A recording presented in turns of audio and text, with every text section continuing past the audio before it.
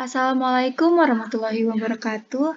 Halo semua, izin memperkenalkan diri. Nama saya Nika Dik Agnes Pertiwi dengan NIM 120220040 dari kelas RD.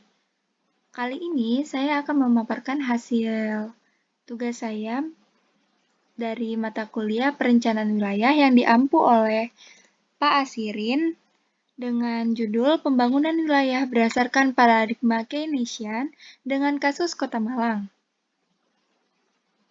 Untuk outline pemaparan saya, yang pertama adalah sejarah teori Keynesian, yang kedua teori Keynesian, yang ketiga ideologi politik teori Keynesian, yang keempat teori Keynesian dalam pembangunan wilayah, yang kelima penyebab kesenjangan wilayah, yang keenam kebijakan pembangunan wilayah dengan pendekatan Keynesian, dan yang terakhir adalah studi kasus.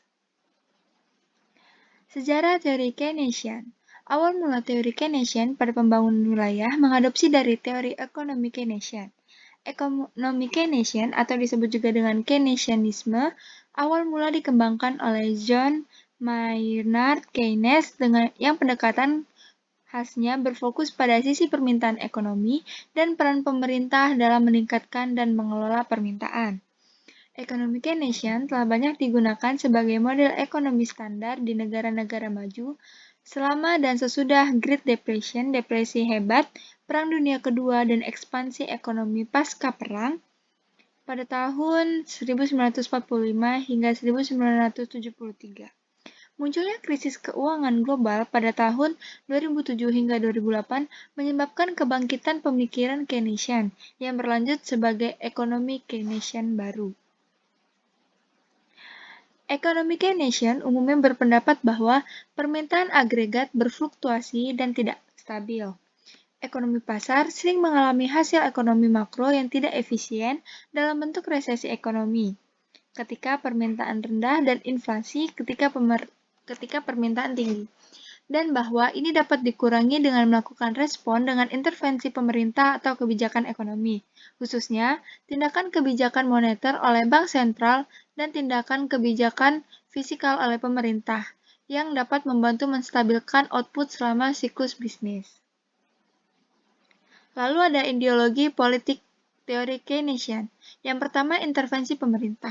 Intervensi pemerintah merupakan tindakan pengaturan yang diambil oleh pemerintah yang berupaya memengaruhi keputusan yang dibuat oleh individu, kelompok, dan organisasi tentang masalah sosial dan ekonomi. Atau dengan kata lain, sebagai tindakan yang dilakukan oleh pemerintah yang memengaruhi pasar dengan tujuan mengubah keseimbangan atau hasil dari mekanisme pasar bebas.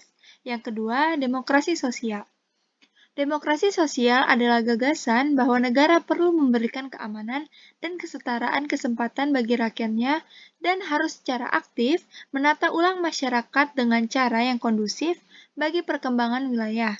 Tetapi, perubahan tersebut harus dilakukan secara bertahap, disahkan oleh penguasa yang terpilih secara demokratis mayoritas. Yang ketiga, kohesi atau kemajuan bersama dan solidaritas teritorial nasional. Kebijakan kohesi merupakan kebijakan dengan tujuan meningkatkan kesejahteraan ekonomi wilayah dan juga untuk mengatasi kesenjangan wilayah. Kebijakan kohesi adalah strategi suatu negara untuk meningkatkan dan mendukung perkembangan harmoni secara keseluruhan dari wilayah-wilayah di suatu negara. Lalu ada teori Keynesian dalam pembangunan wilayah. Yang pertama adalah teori basis ekspor atau export base. Teori basis ekspor menekankan pada sisi permintaan, artinya perbedaan pertumbuhan wilayah ditentukan oleh perbedaan wilayah dalam pertumbuhan ekspor barang dan jasa yang dijual di luar wilayah atau di luar negeri.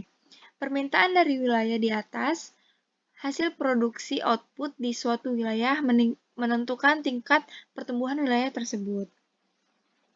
Lalu ada teori sirkuler dan kausal kumulatif.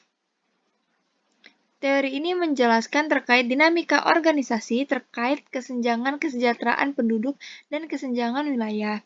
Ada dua sudut pandang terkait kesenjangan wilayah di teori ini. Yang pertama, memasukkan faktor-faktor ekonomi sosial, sedangkan yang kedua hanya memasukkan faktor ekonomi saja. Yang ketiga ada teori sirkuler dan kausal Myrdal. Teori ini menyatakan bahwa proses pertumbuhan wilayah cenderung terjadi secara melingkar dan kumulatif, terkumpul pada suatu wilayah, sehingga berakibat pertumbuhan wilayah yang tidak seimbang. Yang keempat, teori kutub pertumbuhan. Teori ini mengacu pada sebab akibat kumulatif juga, sehingga khususnya hubungan potensial antara industri penggerak yang mampu menghasilkan pertumbuhan yang diinduksi melalui rantai pasokan pertumbuhan industri lokal. Selanjutnya ada penyebab kesenjangan wilayah. Penyebab terjadinya kesenjangan wilayah yaitu karena adanya deregulasi dan liberalisasi pasar atau pasar bebas, masalah lemahnya ekonomi secara struktural atau structural weakness, rendahnya investasi atau low investment, terjadinya pengerasan modal menuju wilayah yang lebih maju atau drain of capital to develop regions, partisipasi pemerintah yang tidak memadai dalam pembangunan atau indicate and insufficient government participation in regional development. Lalu ada kebijakan pembangunan wilayah. Yang pertama, bantuan untuk wilayah secara ekstensif. Yang kedua, bantuan otomatis. Yang ketiga, desentralisasi kewenangan dalam menggenerasikan ekonomi wilayah. Yang keempat, pengendalian pembangunan industri. Yang kelima, investasi struktur. Yang keenam, perencanaan spasial. Yang ketujuh, nasionalisasi industri. Yang kedelapan, pengelolaan kota dan pembangunan kota baru. Yang kesembilan, stimulasi. Yang ke-10, inovasi kelembagaan perekonomian, dan yang terakhir, pembangunan kawasan industri. Berikut merupakan studi kasus dalam pemetaan Kota Malang. Dalam penerapan ini, Kota Malang memiliki investasi yang tinggi dan pesat, yang dimana menggunakan teori Keynesian dalam investasi yang tinggi dalam teori Keynes.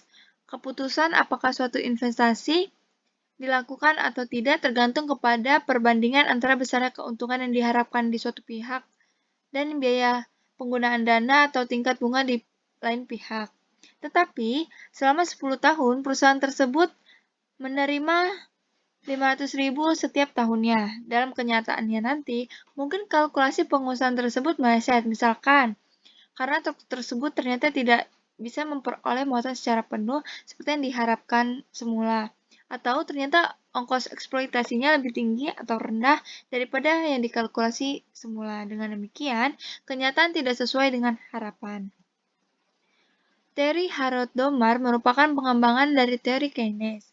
Analisa Keynes dianggap kurang lengkap karena tidak mengungkapkan masalah-masalah ekonomi dalam jangka panjang, sedangkan teori Harrod-Domar ini menganalisis syarat-syarat yang diperlukan agar perekonomian dapat tumbuh dan berkembang dalam jangka panjang. Menurut Arsyad, teori ini berusaha menunjukkan syarat yang dibutuhkan agar suatu perekonomian dapat tumbuh dan berkembang secara mantap. Menurut teori Harrod-Domar, pembentukan modal merupakan faktor penting dalam menentukan pertumbuhan ekonomi. Pembentukan modal sehingga inti teori Harrod-Domar yakni perekonomian dalam menyisihkan sejumlah proporsi tertentu dari pendapatan nasional untuk mengganti barang-barang modal yang telah rusak. Namun demikian, untuk dapat meningkatkan laju perekonomian diperlukan pula investasi-investasi baru sebagai tambahan stok modal. Sekian presentasi dari saya. Mohon maaf jika ada salah kata maupun kalimat. Terima kasih sudah menonton.